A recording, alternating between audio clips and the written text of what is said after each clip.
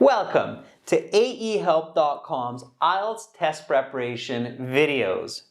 You will now see Olena from the Ukraine score a band 8.5 on her speaking interview with a face mask on.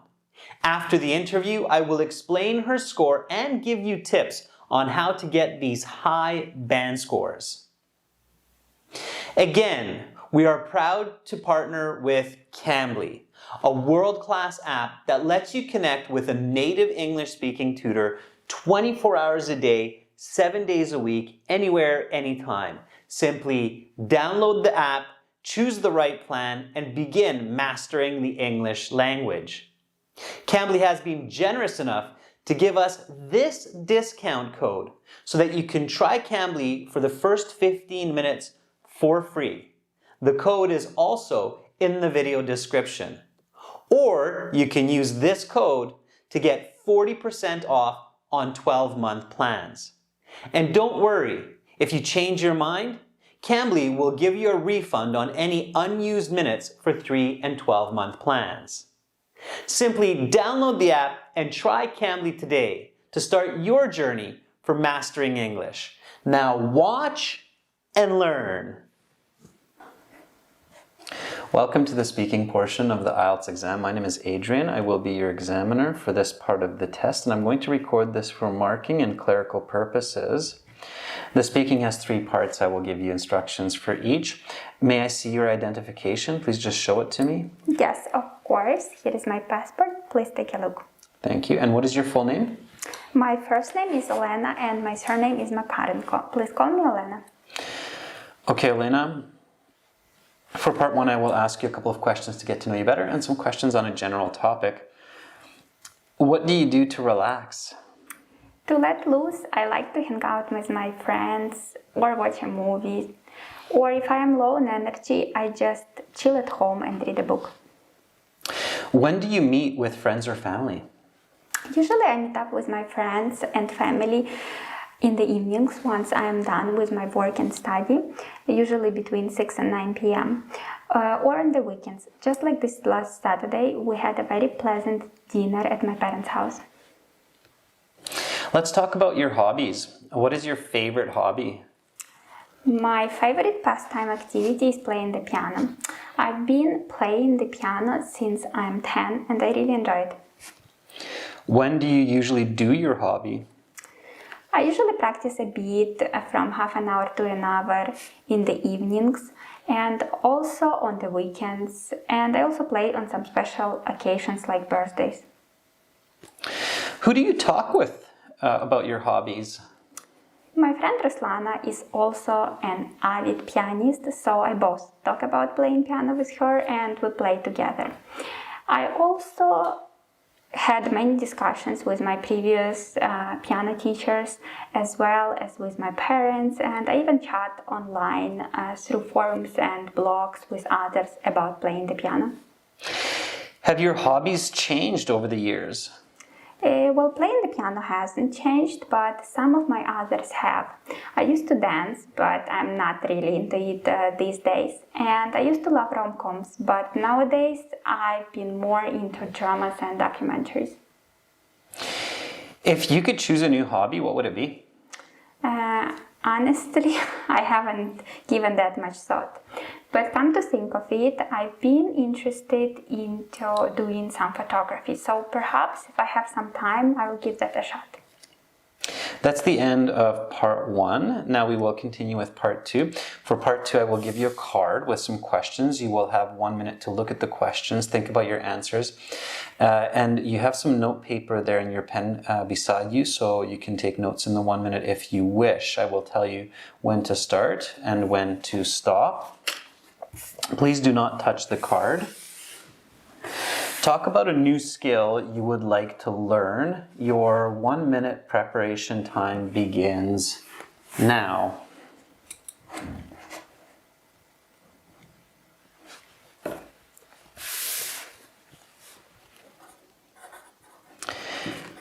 Olena, your 1 minute preparation time is up. Please begin speaking. I have often thought about learning to sing As we have been discussing, I play the piano, so it would be great to also sing as well, as in this way I would be a more rounded artist and a better performer. Learning to sing professionally means that I would need to develop my vocal range as well as control my pitch and volume and have a unique style. Becoming professional vocalist takes a lot of effort and time, and I would really need to practice a lot and commit to it. There are lots of places where I can look for the help to develop my singing voice. Definitely hiring an expert voice teacher to help me from 2 to 3 times a week is important. There are lots of books and videos online that give great tips on improving the skills of singing, but without the professional feedback from the voice teacher, the progress would be really slow. My former piano teacher, Eduard, knows few reputable voice teachers, so I would just ask him for the suggestion. And after learning to sing, I would start to do more performances, even for a small audience like a jazz club or music halls. And I would also write and record my songs. I think that this can be a very fun way to spend some of my spare time in the future years. And this can make me happy and maybe, just maybe, even rich and famous. Okay, your time is up. Please turn over the note paper, put it to the side, as well as the pencil. And we'll take back the card. And now we will continue with part 3. For part 3, I will ask you some more questions connected to the topic of part 2, and maybe a question or two related to your response.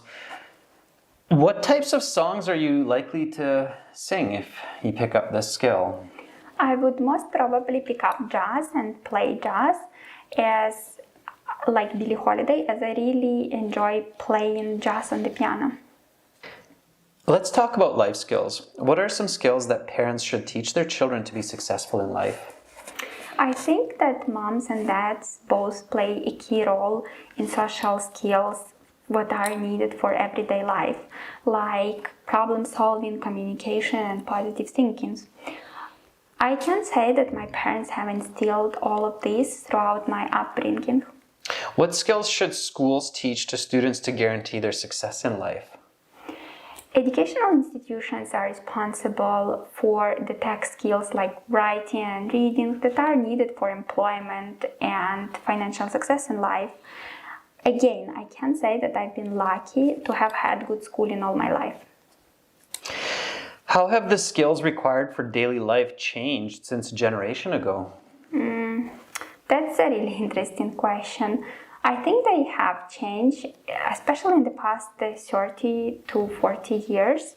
Like people nowadays really need to be tech savvy while using their thumbs to type quickly or using mobile applications. I mean, people really didn't need to be as competent in this when my parents were young adults. Where can people learn advanced skills which are highly demanded by society? The best places to learn professional skills needed by people like big businesses is definitely at university, especially in graduate and postgraduate programs. Can you elaborate on this? Yes, sure. Becoming a data analyst or neuroscientist is definitely in high demand these days, and these skills and accreditations can be received only in distinguished university programs like National Technical University of Ukraine or Cambridge in England. Let's talk about setting goals. Why is it important to set goals in life? I think it's vital to have life goals. People need such goals to be motivated to achieve and be productive. I think that purpose gives meaning to life, and it's also the foundation for happiness and development. What are the best ways to set these goals so that people can remember them? Well, the best way to set up targets is by having a clear plan as well as a deadline. It's important to be realistic and work towards the finish every day. just like I did with this IELTS exam. So I set up this date around 3 months ago, and I've been working every day on my study plan so that I can improve my English and communication and get the better scores. Hopefully it works. Why are some people not able to achieve the goals that they set for themselves? I think that certain individuals aren't able to attain their ambition is because they are either unrealistic, like becoming a millionaire overnight, or they aren't persistent enough and give up along the way. What can they do to change this? They can follow some advices that I had mentioned in my previous responses, like set up realistic goals, have clear plan as well as a deadline. It's also important to stay the course and see each step through. That is the end of part 3. That concludes the speaking portion of the exam. You will have your mark in a few days' time online, and you will have your certificate in a week or 2 with the other sections. Have a great rest of your day. Remember to take your passport with you. Thank you. Thank you. Bye-bye. Nice day. Bye. Thanks. So why does Elena get this band 8.5 for her performance, which means that she is between a very good and expert user of the English language? This is a challenging band score to achieve, even for native speakers, because it requires not only a high level of vocabulary and grammar, but also excellent communication skills. Elena has both of these. She has a wide range of lexical resource. She paraphrases many of the key words in the questions in her responses. She uses complex and compound grammar, including the use of idioms, expressions, and phrasal verbs. She uses the English language dynamically, and she gives detailed answers, explanations, and often includes examples, using quantitative language to be clear and accurate. You need to learn to do the same, and this means not only learning daily vocabulary and practicing accurate grammar, but also practicing good communication, interpreting the questions clearly, and giving original, detailed responses that are easy to understand for the examiner. So where does Elena lose half a band? What keeps her from getting that perfect band 9 score? Well, although she has great communication, vocabulary, fluency, grammar, and coherence, she does make a couple of slight and awkward grammatical mistakes that you wouldn't hear a truly expert user of the English language make.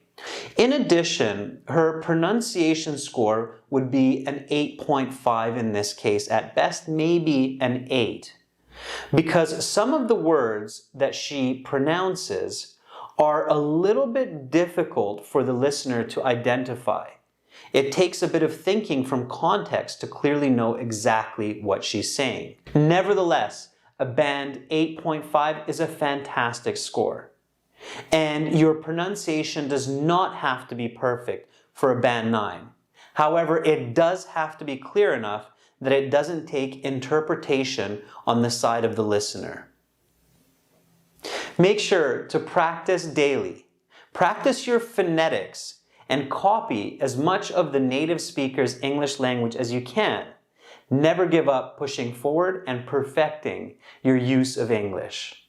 Keep up your good studies, and remember to practice on our websites and with partners regularly. Good luck on your next exam.